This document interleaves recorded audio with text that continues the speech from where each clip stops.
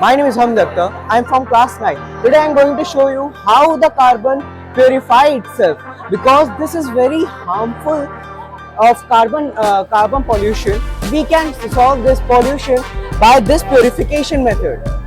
Smoke अगर आएगा, अगर यहाँ से अगर डेंस स्मोक आ रहा है, तो अगर हम लोग इसे प्योरीफाई करके जो मॉलिक्यूल्स होते हैं कार्बन के, ये एब्जॉर्ब कर लेंगे, तो कार्बन रॉड है।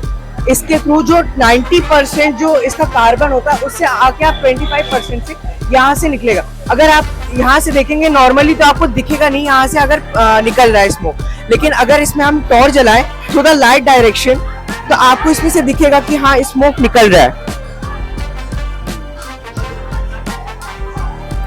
बहुत लाइट है तो ऐसे दिखेगा नहीं, पर नॉर्मली वो ऐसे दिखेगा नहीं, पर वो ऑलरेडी निकल रहा है, बिकॉज वो बहुत ज्यादा लो मात्रा में निकल रहा है, क्योंकि जितना भी स्मोक है वो ऑलरेडी इसमें एब्जॉर्ब हो चुका है।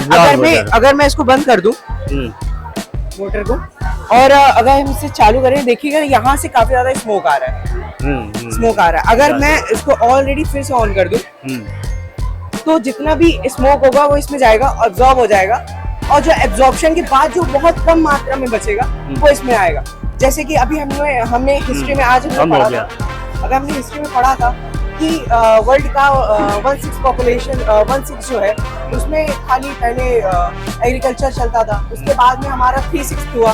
3/6 में एग्रीकल्चर चलता है, बाकी सब में रहते हैं लोग, और 3/6 पॉपुलेशन में जिसमें हम लोग रहते हैं उसमें इंडस्ट्रीज भी बहुत सारी हैं।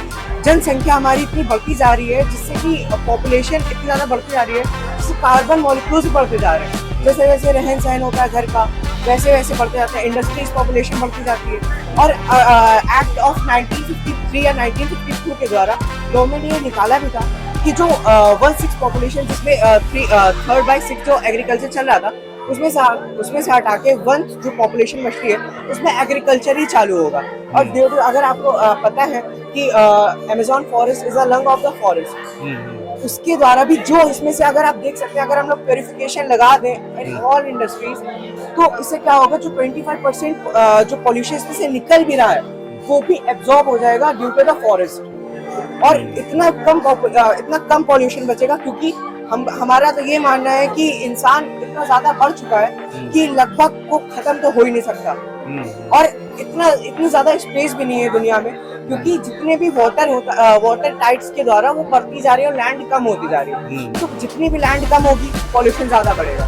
तो हम लोग को पॉल्यूशन रिड्यूस करना है, कुछ भी करके छोटे छोटे प्लांट्स लगा के, या कुछ भी ऐसी मशीन्स बनाकर हम लोग इस पॉल्यूशन को कम कर सकते हैं। इतना कम कर सकते हैं कि ये ना के बराबर हो। ये एक तरह से डेमो है सर, जो हम लोग एक स्टेप आगे बढ़ सकते हैं due to less harmful substances के द्वारा, कि अगर जो हार्मफुल गैसेस में निकलती है, CO2 हो गया, कार्बन डाइऑक्साइड हो गया, इससे बहुत लेस हो जाएगा।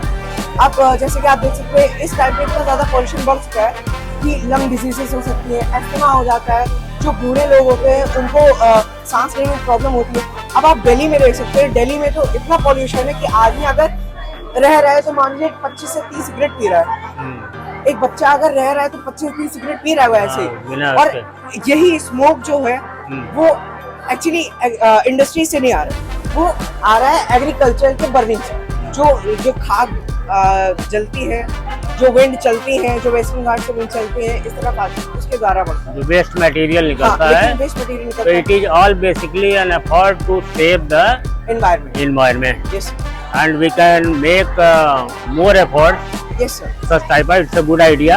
सर अगर मैं इसको बताऊं तो, अगर जैसे कि एक और आइडिया मेरे पास, एग्रीकल्चर जो ये लोग जला रहे हैं, पंजाब से जलता है, जो आता है, उसके द्वारा जो इतना ज्यादा धुआं बनता है, अगर वहाँ पर हम लोग एक नेट लगा दे जहाँ पर ये जलता है, और यही एक प्योरीफायर लगा दे, तो मैं लिख के दे सकता हूँ कि अगर 25% से ज्यादा स्मोक निकल जाए इसमें से, जो दिल्ली की हालत है अगर कम ना हो जाए, तो फिर ये बेकार है, कह सकता हूँ फिर ये बेकार है। That's it's a wonderful idea.